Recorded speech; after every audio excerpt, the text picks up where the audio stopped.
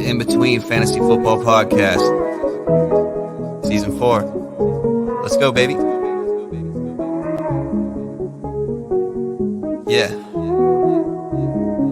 There was a time I had trouble talking about it. Congratulate them, we know they doubted. Somehow we made it up out the pit, back against the wall, never quit. Traversing through each obstacle, show a non-believer what's possible. Let nothing they could do stand in between me and my wildest dreams. Let's go. And that come at us could come in between. Life gave me the worst, yet my side grew so green. We've been down in the dirt, been tossed in the trash, but I never strayed from my path. When we're gone, we ain't looking back. Maybe we were all way too high. Maybe that's our fault. It's going to be a crazy time, but it's going to be a fun time. Life is boring if you don't take some chances and do some things outside of the box. Your destination for both some feel-good lifestyle advice and some fantasy football advice.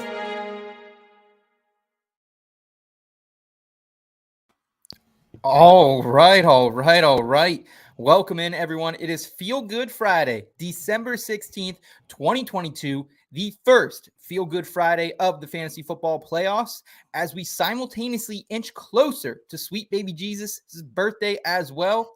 The kid, Seth Woolcock, back with you, joined by a man who enjoys good music, better whiskey, and mediocre tight ends. That's my guy, Nate Polvo. We have an absolutely loaded show for you today, guys, as we get set for these fantasy football playoffs, as tensions build. It's now or never. Nate, how are you today, my friend? Well, I brought you another mediocre tight end this week, so you should be happy about that. I'm good, man. It's Friday. The holidays are approaching, which is stressful for... if it's not stressful for you, I don't know what you're doing. Or tell me what you're doing so I can start doing it. But good, man. Ready to talk some football. First week of the fantasy playoffs. Got about half my teams in there, so I'm ready to go. Yeah, we had a good one last night up in Seattle, up there in the Pacific Northwest. We're going to talk about that in our Thursday night football recap to kick off the show. And then, Nate, can you let everyone know what we have coming their way on the agenda today? Yeah, so we're going to do the Thursday night football recap. We're going to cover that, and then we're going to get to some start sit, ask us your questions with Dave Fantasy, our own Dave Fantasy. And then for short thing sleepers, we've got Andrew Erickson from FantasyPros. I am stacked, man. Andrew, he brings that big pod energy. I know Dave is going to bring the energy as well today.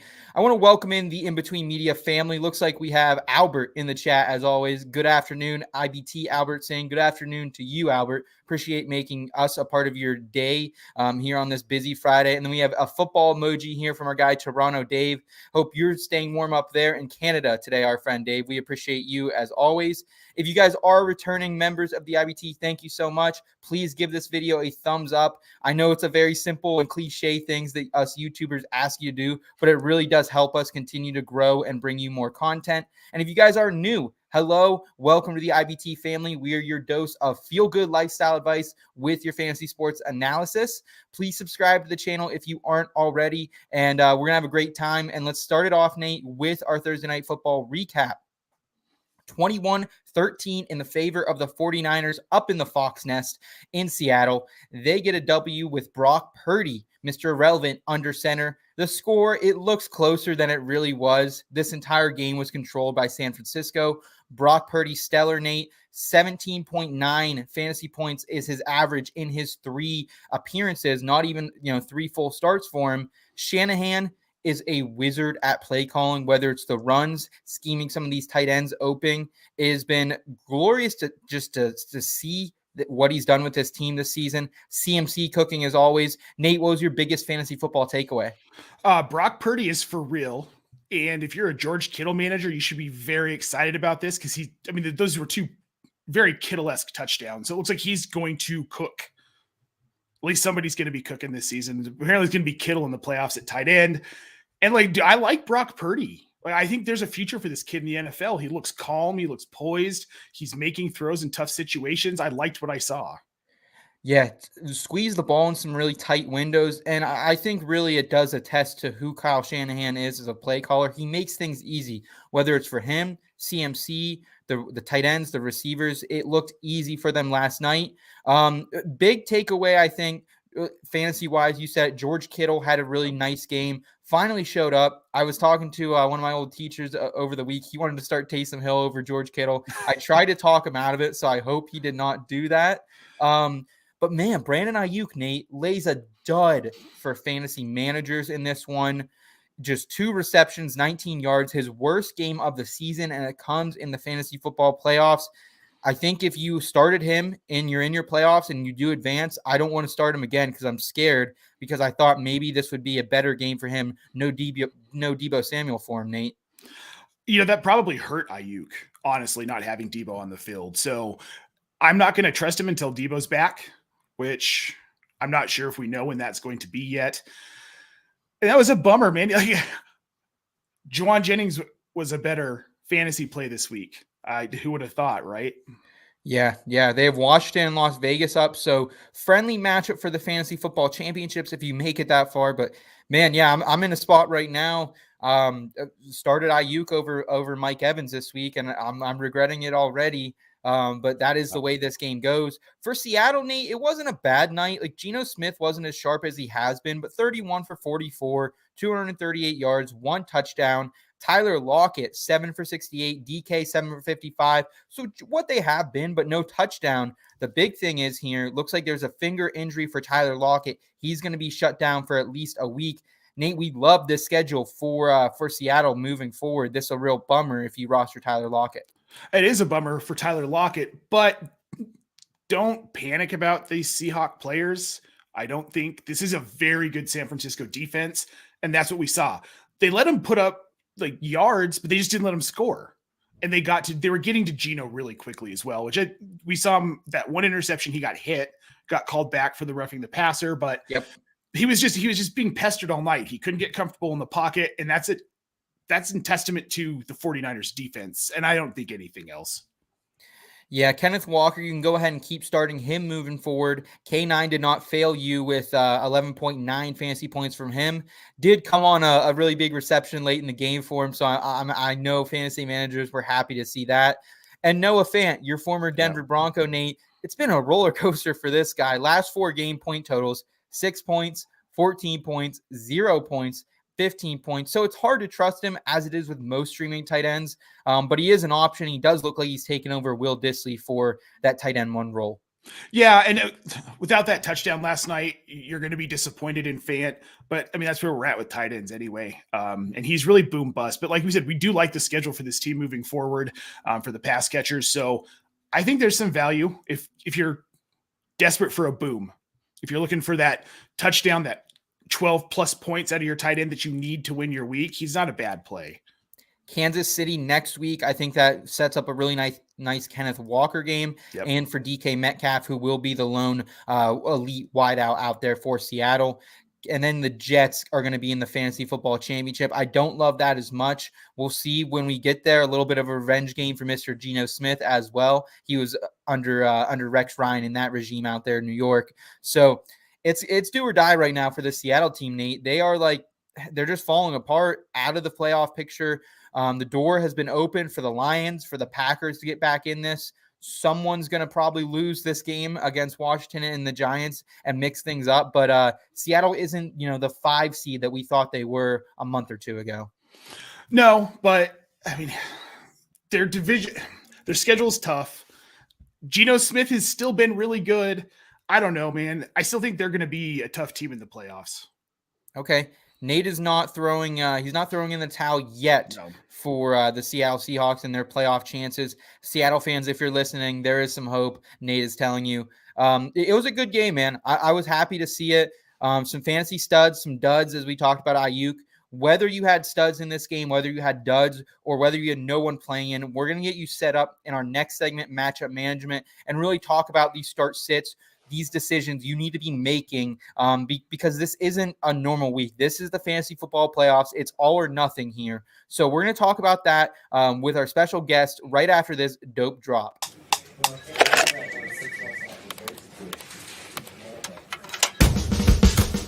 Who you got? Matchup management. Who's it gonna be?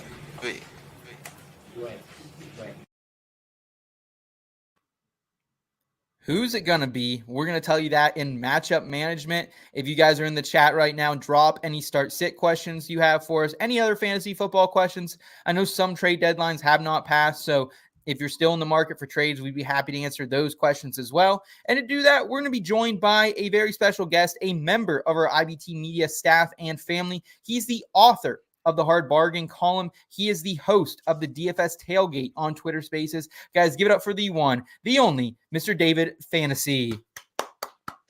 Hey, fellas. How you doing? Good. How are you doing, brother? Pretty good, man. Pretty good. It's a feel-good Friday over here, so, just feeling good, having my Friday, watching a little bit of football. The first bowl game of the year is on from the Bahamas. It's not that entertaining of a matchup, but it's still getting, the juices flowing, getting me excited for bowl season. Any football that we can wager on and or watch on a Friday afternoon, I'm completely okay with that. I think the World Cup finishes up this weekend as well, Dave. So kind of a really exciting time for us sports fanatics. It's true. This is a good time of year. There's football every day from now until January 2nd. Let's go, baby. Can't be more excited than I am for that. So Saturday football starts this weekend too, boys. So I'm going to be at a Christmas party Saturday night, getting a little tuned up. There will be a bartender there. So I'll be on some whiskey, a little rum, a little Coke, that type of stuff. But I'll be watching these games as well. So I'm excited to watch that in the company of some family and some friends. First question here for you, Dave. We got from our guy, Eric. Eric's been a loyal member of the IBT family all season long. Hopefully he's going to make a great playoff run. How can we help him here today? Sit one, full PPR. Terry, Kirk, Pittman, or Amon-Ra. Wow. So it's a very, very tough question here. Amon-Ra's been on a tear. Terry McLaurin's been a lot better under the new regime here. Kirk's been up and down, but he has a lot of upside. And Michael Pittman is Michael Pittman here, Dave. How do you feel about it? This is a good question. I mean, he's obviously got some great wide receivers to choose from here. I never want to say to sit Terry, but this matchup against the Giants is a little bit tough, so you got to at least factor that in.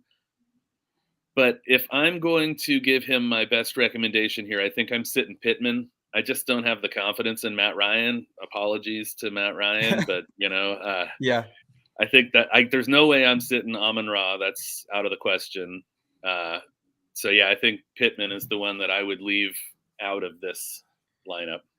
It's a great matchup here, Nate, against the Vikings for Pittman, but I just don't think he has the ceiling these other players do, as Dave pointed out there. So I think I would probably also begrudgingly bench Michael Pittman this week, but I don't love the matchup for Scary Terry either.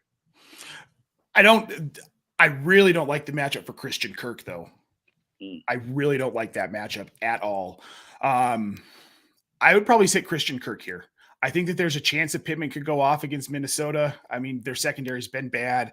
Amon-Ra's Amon-Ra. And I still, Scary Terry's really the only target for Heineke in that offense. So he's going to get fed regardless of matchup. Okay. So Nate is going Christian Kirk to the bench here. Man, I definitely can't bench Terry after the performance he just had before the bye. It was against the Giants as well. He went for over 100 yards and a touchdown. 5 for 45 last week against the Titans was Christian Kirk, so I do understand it. Yeah, I'm between the two here. I think I would bench Michael Pittman, but Christian Kirk is a very good option to bench as well. Nate hasn't been as consistent as of late, and Dallas is a great defense. Well, and honestly, this is a good problem to have. Like, if you're these are the ones like, I need to sit one of these guys, your team's probably in pretty good shape. So well done, sir. Yeah. So again, just a recap there for you, Eric. Nate, he's sitting Christian Kirk out of this. Dave and I, we're going to be benching Michael Pittman. Appreciate the question as always, Eric. Next one here from Albert. Downgrade Garrett Wilson and Bam Knight with Zach Wilson back at QB. Yeah, guys, that looks like maybe how it's going to go here.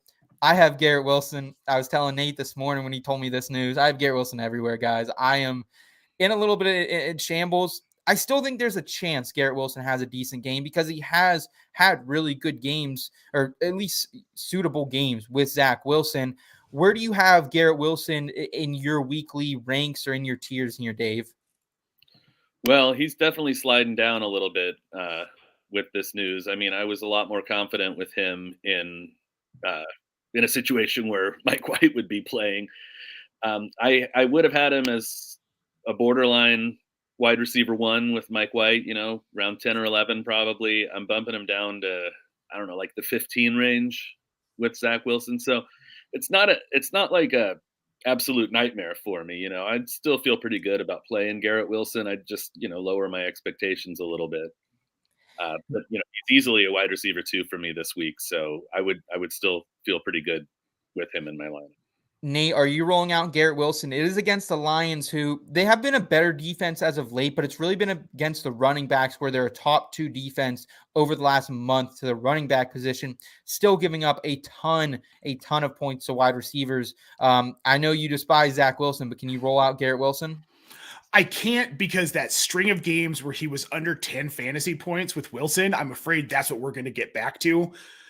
I know Detroit hasn't been great against wide receivers, but this is a team on fire, and they're getting better at everything every week. And with Zach Wilson, is he going to be able to get the ball out? Like, I feel like he's going to be running for his life. I have him in that like mid wide receiver 3 range. I think this week is about where I'm figuring him in. Okay. I would probably still split the difference. I still love Garrett Wilson's talent. I think he can beat these Lions secondary members. So I'm still throwing him out there. Bam Knight's really the one I guess I'm downgrading the most here, boys, just because the targets aren't going to be there. Like I said, the Lions already a top 2 matchup over the last month for running backs. So Dave, do you have any confidence in Bam Knight? Because I see him at this point. He was a strong RB2. Now he kind of moves back into that, if you have to rip him out, flex radar. Right. I might be on the reluctant side here. I'm not sure I had a lot of confidence in Bam Knight before this. I know, right? I don't mean to rain on everybody's parade, but yeah, I'm definitely concerned that he's not going to get as much work in the passing game, which, he didn't do especially great last week, but he had 5 receptions against Minnesota, and that was obviously adding to the value, especially in PPR formats, which is generally what I'm playing in. But yeah, I think that the entire offense for the Jets is a minor downgrade. Like I say, I'm not freaking out about Garrett Wilson as much, because I think he's kind of an exceptional talent on the team. But yeah, I think you'd have to consider the entire Jets offense to be slightly downgraded with Zach Wilson at quarterback. They were kind of rolling with Mike White. I mean, let's face it. Yep. And we did see Michael Carter take a 50% snap share in his first game back. Very ineffective, though, averaging 1 yard per carry, only catching about 50% of his targets as well. On 6 targets last week was Michael Carter. Bam Knight has caught all of his targets in his career here, Nate, still averaging really good yards per carry. Banged up offensive line, what I deem is the backup quarterback now in for the Jets. How are you feeling about Zonathan here, Nate? Well, he's not going to have another 17 for 71 game with a touchdown like he had last week, but I think there's a chance that he maybe does sneak into the end zone, which at that point, what you're looking for is a touchdown. I think he'll get targeted again. I see him catching 3-4 balls in this game. I think he has middle of the road RB2 upside this week, but also with that, his floor is like RB6. So Nate is a little bit higher up on Zonathan than Dave and I, and a little bit lower on Garrett Wilson. But yeah, I think overall downgrade the Jets this week, which that pains me to say as a frisky Jets fan out here. Then we got Dave in the chat saying, hello, Dave. He appreciates Dave to Dave there. If you guys have any questions for us, keep dropping those in the chat. We'll be sure to get to those. Here is one from our guy, Toronto Dave. PPR, start 1, Cam Akers or Mac Hollins. Cam Akers going up against Green Bay, who was a very favorable matchup to running backs, really allowed a lot of rushing yards on the season. However, they got fresh over the bye week. Or Mac Hollins, the up and down wide receiver for the Las Vegas Raiders against the Patriots secondary. Not sure the status on number 1 corner Jack Jones there, Dave. Yeah, I don't think that Jones is going to be able to go. So that is a little bit more favorable for the entire Raiders passing game here. But like you say, Mac Hollins is peaks and valleys for sure. So it's hard to have a lot of confidence in him. With the Rams running game right now, you can't be certain who's going to get the bigger share of the pie, with Kyron Williams involved there as well. So I don't know. I don't love either one of these options here, but I think if I'm going to make a decision, I think I'd probably like to go with Cam Akers this week. I think it's more reliable, man. Like Mhm. the Raiders Yeah. last time out on Thursday Night Football looked awful. Now they're going up against a really good Patriots defense. Obviously, Bill Belichick's going to have some familiarity with what Josh McDaniels is going to try to run there on offense. We saw kind of this pupil versus mentor matchup a couple weeks ago with the Dolphins and the 49ers, Nate, and the Dolphins were shut down by Kyle Shanahan over there. So do you have any confidence in Mac Hollins and the Raiders getting it done here? I do not. And well, maybe the Raiders will get it done, but I don't think Mac Hollins is going to be much part of this offense. Hunter Renfrow started practicing this week. Waller also started practicing. He's not trending towards playing from what I've read over the last couple of days, but Renfrow is, which is going to limit Hollins' role in that offense. So I mean, I'm going Cam Akers here as well. Yeah, just 2 receptions for 22 yards last time out for Mac Hollins. He did have some really nice yards on the ground, but that was pretty abnormal for him. He gets targets, but like you're looking for like 5 for 35. Like that's realistically what Mac Hollins could produce. I don't like Cam Akers a lot better either, Dave, but I gun to the head, like I would prefer not to play any of these guys. If you got people on the waivers, let us know who they are, and maybe we can take a peek at those. But gun to the head, I will go Cam Akers here against the freshened up Green Bay Packers. No more questions in the chat, so I do want to kind of turn it over to Dave and myself. We have some start sit columns that we come out with each and every week over on the website inbetweenmedia.com. I want to start with just talking about my quarterback start of the week, and then Dave, I'd love to hear your quarterback start of the week. I know you kind of favor deeper leagues a little bit in your column. I'm going with Daniel Jones here as my QB start of the week, boys. QB 10 on the season. He's been a QB 1 3 of the last 4 weeks. And under Brian Dable, I really think they can figure out this Washington Commanders defense. They've played him twice now in their last 3 weeks. So I think they can get it done. 66% completion percentage for Daniel Jones, 1.1 interception rate. He's been phenomenal. Career highs in rushing yards, touchdowns, and attempts. I think they're going to get it done here against the Commanders, boys. How do you feel? I think there's a real possibility here. I mean, he's been pretty hot lately. I've liked what I've seen from him. He had a good game last week, and this Commanders defense is not terrifying by any stretch of the imagination. So I think he's set up for a good success. I like the fact that Saquon is off the injury report, because I think that having a healthy Saquon favors their offense top to bottom. And obviously he's a factor in the passing game too. Barkley, that is. So yeah, I think I could get behind that, Seth. I could get behind that. Nate, where do you have Daniel Jones this week? He's right on that borderline QB1 play that I like him this week to be a QB1. Yeah, I'm with you guys. I like Daniel Jones all season. He's shown growth that we were hoping to see, and with Saquon back off the injury report, like Dave said, that's going to help him immensely. And I think he could have a big week. I mean, I think he could sneak into a top 5 if he can get going on the ground again. Yep. Okay. Awesome. Some Daniel Jones love here. Rare Daniel Jones love here. Dave, who is your quarterback start of the week for your deep leagues? Well, yeah, as you mentioned, I'm focusing on deeper leagues here. So this week I'm favoring Sam Darnold. I do feel like it's a little bit of a gutsy call, but I like the way he looked last week. The Steelers' defense, as much as it pains me to say it, has looked pretty easy to throw against lately. So I think that he's got a favorable matchup. I think that, DJ Moore has been playing pretty well lately. I like the look of that. And so, I mean, the Steelers have allowed at least 220 passing games 8 times, or at least 220 passing yards 8 times this year. So, I mean, even to some marginal quarterbacks, quarterbacks that you're going to think are on a Sam Darnold kind of level. I know it's a gutsy play, but, you might be hurting, especially if you've lost a quarterback lately, if you were playing Lamar or if you were playing Jimmy Garoppolo or any of these guys, and you weren't able to pick up their immediate backups. I think Sam Darnold could be a good play this week. Okay. You know what I love about this, Dave? So I just went into the ESPN Week 15 quarterback rankings. He's not even in their top 25. Right. But I'm with you. The thing that's interesting about Sam Darnold that I don't know if you guys have noticed this about him when he's playing, he actually looks calmer in the pocket. Like he looks like he's seeing the field better. He's calmed his mechanics down. I like the call, Dave, and I think against this Pittsburgh defense, especially with JJ or TJ Watt not 100%, there could be some fancy points to be had.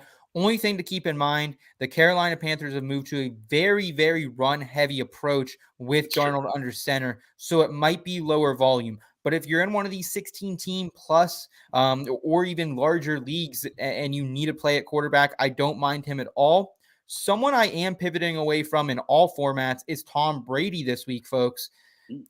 Let's not forget, this is a guy who killed people in the fantasy playoffs last year, sent me home in multiple leagues with a 3.7 fantasy point performance in week number 15. I'm afraid he's going to do it again.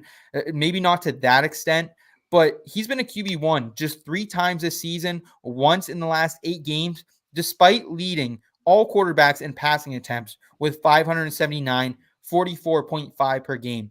So I am terrified about the Bengals coming in. Luan Moraro, I can't even say his last name, but Lou the Italian man comes in with the Bengals. He's a very good defensive coordinator. They're beat up a little bit, but Jesse Bates is going to be out there for him.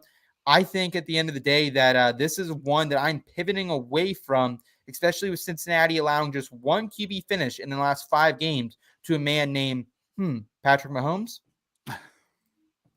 He's pretty good. That's what they're saying. I've heard his name before. Yeah. Are you guys pivoting away too, Nate? I know you've been pivoted away from Brady. I pivoted off of Brady before the season started. I have one share of him in one dynasty league, and the only reason I still have it is because there's really nobody else unless I can make a trade at some point. I'm with you, man. Like, the dude looks old. The dude looks tired. Their offensive line is patchwork. They can't get anything going. Did they get a touchdown last week? I turned that game off. It got so bad. This isn't the Tom Brady who's even like a pivot play at this point. He shouldn't be rostered. In my opinion, he shouldn't be rostered. If you're in a shallower league, get rid of him. Yeah, I wish I could drop him. I'm in the same type of situation. I have him in a couple dynasty leagues, and I'm firing up Kirk Cousins over him this week. I'm finding these deeper plays to pivot away from Brady. Dave, any additional thoughts on the 7-time Super Bowl champion?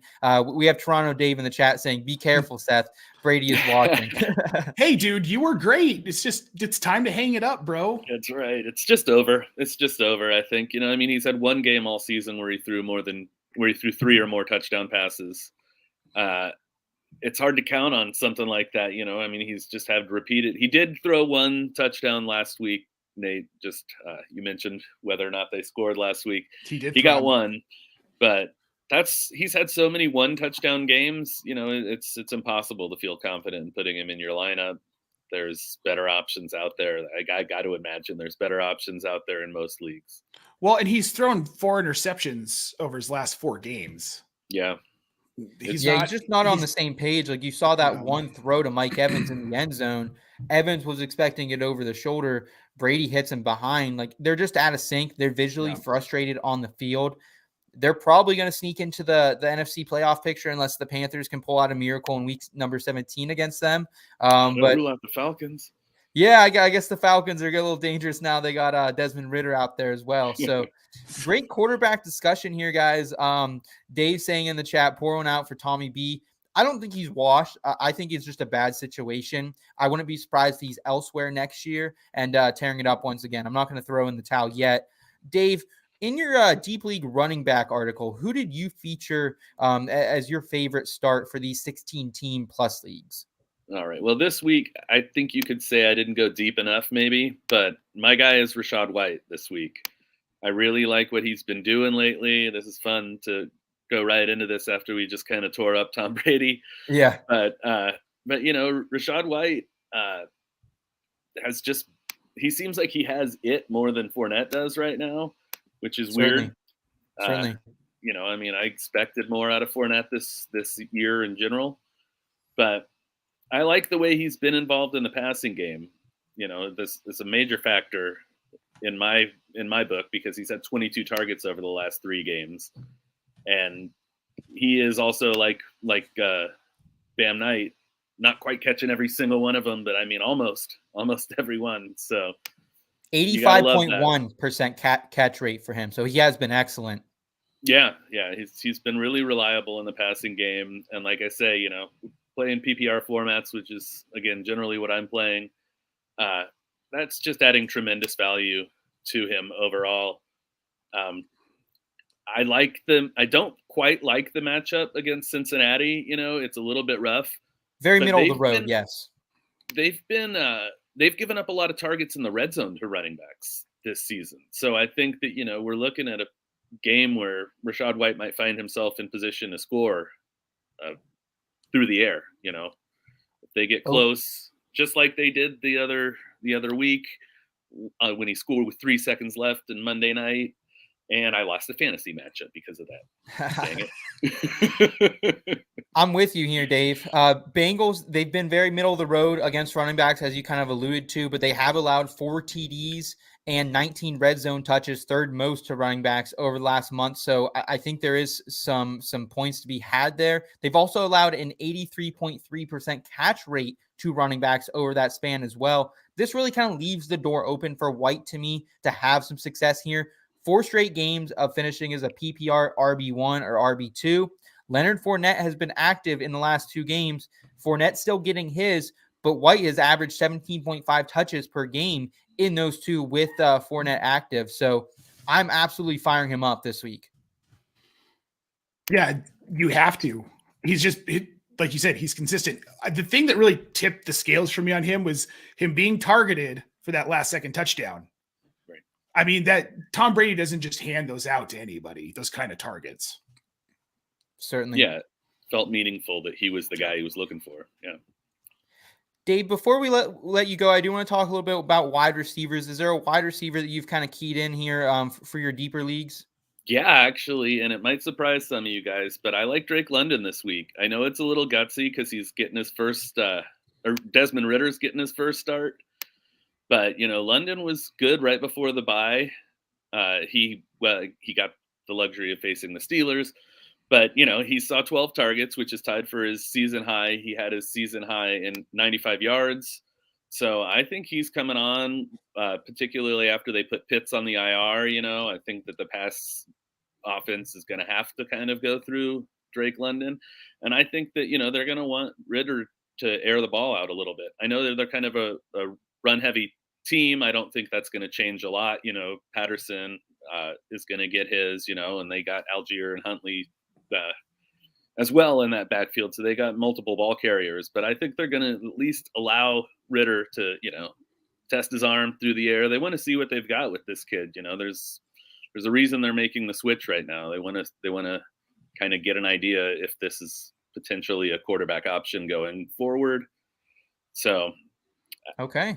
I think it should be, there should definitely be some possibility for London to get some heavy targets this week. Nate, how do you feel about it? It's been a very up and down season for Drake London, as Dave alluded to. Saw a really nice game in targets last time out. However, only 6 receptions on those targets, 2 receptions the game before, and then of course the infamous one reception, 2 yards, and the touchdown game before back on November 20th against the Bears. So are you excited if you are in one of these 16 team or plus leagues to throw out London this week? Yeah, I don't hate it. I think it's a high ceiling play, or a high upside play. Like there's a chance he could boom with Ritter. It kind of makes sense that Ritter would lean on London. They're both rookies. They're both new to the NFL. They've probably worked a lot together in camp and in practice. I really like this. I think it's a really good call, Dave. He could have a big week. Big week, we'll say 15 PPR points. I could see that in the cards for him. Okay. Fair enough. Dave, we want to thank play action a little bit too, Mm-hmm. Dave, we want to thank you for being here on this Feel Good Friday with us. We have Andrew Erickson just around the corner, some Sure Thing Sleepers of the Week. But before that, Dave, how can we best support you throughout the remainder of this season and moving forward, my man? Well, you can follow me on Twitter at Dave Fantasy. I do retweet everything that I write out there, both with In Between Media and with 4for4 Fantasy. So yeah, just follow me there. You'll get a taste of everything that I'm doing, and interact. I always like to talk football, so Awesome. that's the way to do it. Awesome. Well, we appreciate you, brother. Have a great rest of your Friday. Thank you so much for being here with us. Take care, my guy. And Nate, let's go ahead and jump into some short things, sleepers of the week. It's the short thing. Sleepers of the week.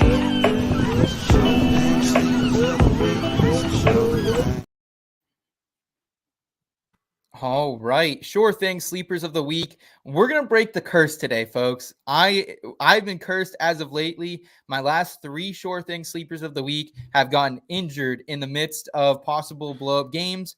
Michael Carter, week 12. That was the Bam Knight game. Jimmy G the following week. And then last week, Nate, Tyler freaking Boyd leaves after 2 plays with a dislocated finger. And then I see Trenton Irwin walk into 13.8 fantasy points and get my anytime TD bet as well. Look, that made a lot of people angry. I know how mad you were because you texted me right when it happened. You're like, are you freaking kidding me?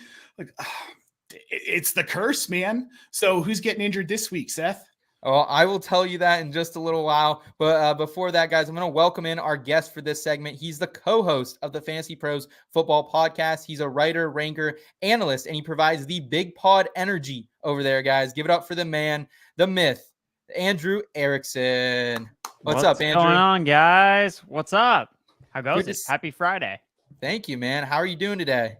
I mean, it is like pouring rain where I am right now. I just came back from being outside. It's miserable out there. Don't want to go back out there. So I wouldn't want to be anywhere else but here on this show. Hey, we appreciate that, man. Have you gotten a lot of snowfall up there? I think you're Massachusetts, is that right? Yes. Yeah, we got some snow earlier in the week. So that was fun. I hate the cold personally. I'd rather live near the beach or somewhere warm. Yeah. But my fiance likes New England, so I'm gonna stay here probably. Hey, gives you more of an excuse to watch football all weekend. How about it? Exactly. Well, Andrew, we appreciate you being here, man. Last time you came in with a sure thing sleeper of the week, and I don't mean to put you on the spot, but I think it was Michael Gallup, and he did somehow drop a donut in a perfect matchup. Yeah. So are you ready to bounce back today? How ready as I'll ever be. All right, man. Go ahead and take it away, Andrew Erickson. Who are you throwing out as your sure thing sleeper of the week? Fantasy football playoffs, week number 1, week number 15 of the NFL season. Yeah, I'm going to go with Dare Ogunbowale, running back for the Houston Texans. Now, Dare has always held a very special place in my heart, whether he was on the Tampa Bay Buccaneers. He's been on a bunch of different teams. Someone that's really profiled as a receiving back. And I think that's kind of where he's going to find his niche here against the Kansas City Chiefs. I expect Dameon Pierce to miss this game. Many people are flocking towards Rex Burkhead as kind of like the next guy to take on a bigger role, and that's totally possible. But, I mean, I've seen enough of Rex Burkhead to realize, like, he's a very limited player. And even over the last couple of weeks, I know Burkhead missed some time with an injury, but Dare Ogunbowale was playing ahead of Rex Burkhead. And I'm not so sure that just totally registered. I think people just see Rex Burkhead as the most familiar name. Like, okay, like he'll probably be the guy that gets the most work. But I think Ogunbowale is actually the guy you want in this particular matchup. Now, the Chiefs defense is horrible up and down the board. I know the team itself is very good, and they're probably going to be the number 1 seed potentially in the AFC, but their defense sucks, especially the red zone defense. It's horrible. And what's the thing that they give up the most more than anything else, especially to running backs? Running backs in the passing game. Like, that's where they are the worst. So if Dare does take on that role, there is no Nico Collins. We don't know if Brandon Cooks is going to play. Yes, could Chris Moore have another big game? Yeah, I could totally see that happen. But I could also see Dare Ogunbowale taking advantage of his opportunity and catching a ton of passes out of the backfield in PPR format. So, yeah, that is going to be my guy that I'm going to try to, if I'm in a pinch and I need a running back start this week, I got injuries, I'm going to Dare. I'm going to take a dare on Dare. Okay. Erickson taking a dare on Dare here, Nate. And we've been attacking the Chiefs for pass catching running backs for the last couple months now. So I can't blame him one bit for this call. The thing with Houston is that literally anything is possible with this team. I mean, we've got a timeshare between dump truck Driscoll and Davis Mills. So it's funny. Last time you were on, Andrew, I picked Jordan Aiken, and Yes, I remember that. Seth laughed at me, and then he had 9.8 PPR points. I was watching very closely when he was having a good game. I was like, Nate nailed it, man. Like, Aikens, let's go. So I really like this call. There's fantasy value to be had, even if Houston's bad. Like, I mean, if you play on Yahoo, you can start Jeff Driscoll as a tight end this week. Like, what more do you want, right? I like Dare. I've liked him. I've liked watching his career. This is absolutely an opportunity where I could see him going off. I mean, yes, everybody's flocked to Rex Burkhead, and I think that's in part because of what we saw at the end of last season when he kind of took over that lead role running back. I like Rex Burkhead, but I think it could be both of them because, like Andrew said, no Nico Collins. We don't know if we're going to have Brandon Cooks. Could Chris Moore go off? Sure. It could also be a Burkhead, Agumbale, Jordan Aikens game. All right. Andrew is going to zag while everyone else is zigging, so we appreciate that call over there. Andrew, any other sleepers, any other people you'd like to mention? I know you kind of come in here normally strapped with one or two extra deep league guys. Yeah, so I think in deeper formats, I like what I saw from Tutu Atwell last Thursday night against the Packers. So he saw the most targets from Baker Mayfield, and he didn't even run the most routes. So he had like a 35% target rate per route run. So when he was on the field, like Baker Mayfield was looking for him. And I know that the final stat line kind of looks like Ben Skoranek was like the better player, but Skoranek got a lot of his receiving production like on that final drive on like that one big completion he had. I think it was like for 27 yards down the sideline. And that really boosted Skoranek's like final stat line numbers. Mhm. Whereas Atwell throughout the game looked like Baker Mayfield's, number one target. So if Van Jefferson is going to be catching coverage from some of these stronger Packers perimeter cornerbacks, and I mean, Van Jefferson basically did nothing that entire game except catch the touchdown at the end of the game. He doesn't catch the touchdown. We're not even talking about Van Jefferson as like anything.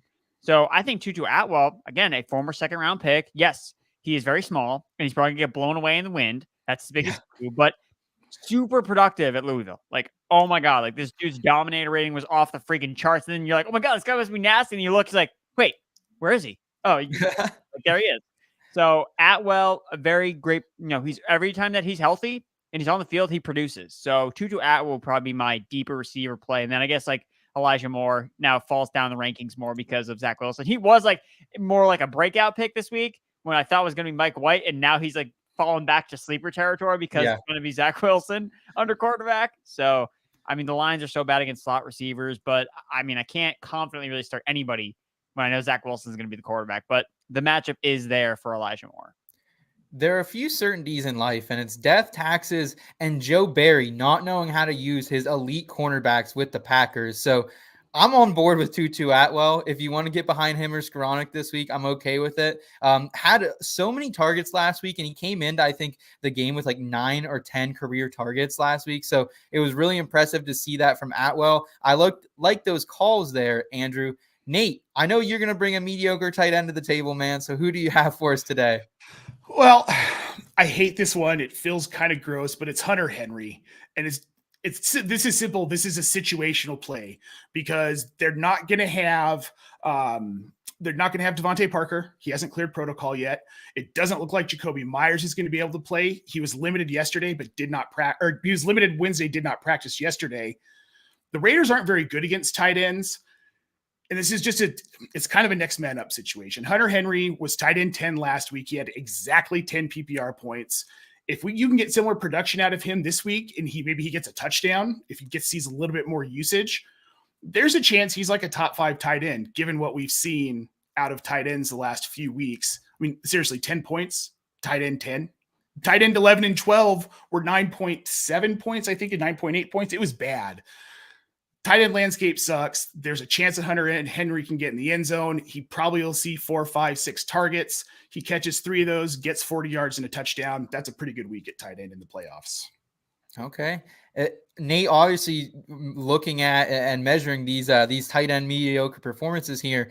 Andrew, how do you feel about Hunter Henry this week? He's come on as of late, but man, has he been a disappointment overall this season? Yeah, I think a lot of his disappointment comes to how bad the Patriots have been in the red zone. Because that's with a lot of tight ends, like that's Hunter Henry's bread and butter, like touchdowns. Certainly. Like that's what he did all last year. was catch touchdowns. That's the only reason he was reliable. And you look at his game log, except for last week, which was very bizarre because he was able to produce. He didn't score. I mean, most games he doesn't score. He does absolutely nothing. Yeah. So last week, the efficiency from the Cardinals definitely gave him a boost because they're terrible against tight ends. And the Raiders defense, not good against tight ends because you know why? Because the red zone defense sucks. Like, that's why. So, yeah, I think Hunter Henry will find the end zone this week. So, yeah, I think he's going to end up being like a top 10 tight end play. Okay. A little tight end love there for the guys. I'll round us out here, gentlemen, with Aaron Rodgers is my sure thing sleeper here for week number 15. I don't really get why he's so far down in so many people's rankings. I understand like he hasn't been great this season. The ceiling is not there, but he's been safe floor, only worse than QB20 once in a full game this season, averaging 2 touchdowns, 193 yards in the last month, and that includes the shortened Philly game for him. He has all the weapons at his disposal this week, boys. Romeo Doubs, full practice yesterday, so I think he'll be out there, as well as Lazard, Cobb, Watson.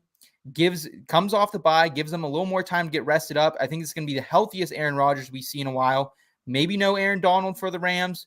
Linebacker core beat up for the Rams, and they've given up 3 straight QB1 finishes before Derek Carr's Thursday night stinker, and that was to Patrick Mahomes, Geno Smith, and Andy Dalton. So I think Aaron Rodgers is going to surprise a lot of people. I think he's going to finish as a QB1 this week and be on no one's radar and be on a lot of benches or waiver wires. Andrew, how do you feel about it? No, I think it's a good call. I have Rodgers up there. I think that he's like either QB 12 or QB 13 for me. So I have him right on that QB1 fringe because of all the reasons you pointed out. Like, he's got everything at his disposal. It's a good matchup against the Rams. I mean, this Rams defense is horrible, and I just cannot get over how overrated Jalen Ramsey is. Like, people are still afraid of like playing receiver. Like, oh, do I have to play Christian Watson? I'm like, yeah. Like, have you seen Ramsey play this year? Like, all the dude just all he does is give up completions. Like, he's not making plays. So yeah, I think it's a smash spot there for Aaron Rodgers. And I think that you're right. I think people are going to regret kind of writing him off because since Christian Watson's like emergence, like, you can't have this emergence without some boost from the quarterback play. Yeah. So like, yes, it's been really helpful for Rodgers to have Christian Watson because he's getting, he gets points for the touchdowns too. I know we're talking about, Watson can't keep scoring all these touchdowns. Well, if Rodgers keeps throwing touchdowns, which he's going to do every single week, well, maybe it can continue.